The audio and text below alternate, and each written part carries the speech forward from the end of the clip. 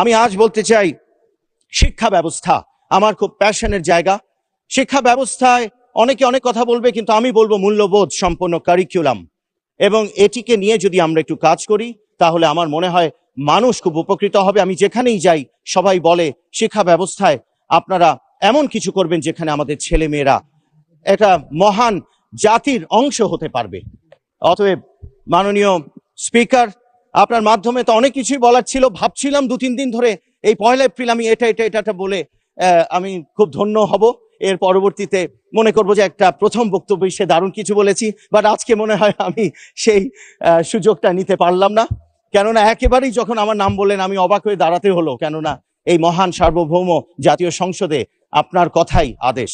অতএব আপনি বলেছেন তাই দাঁড়িয়ে গেছি। আমি চট্টগ্রামের পানির সমস্যা নিয়ে আরেকটু বলতে চাই। আমাদের প্রতিটি এলাকায় কিন্তু ওয়াসার লাইন যায়নি। আমাদের মেডিকেল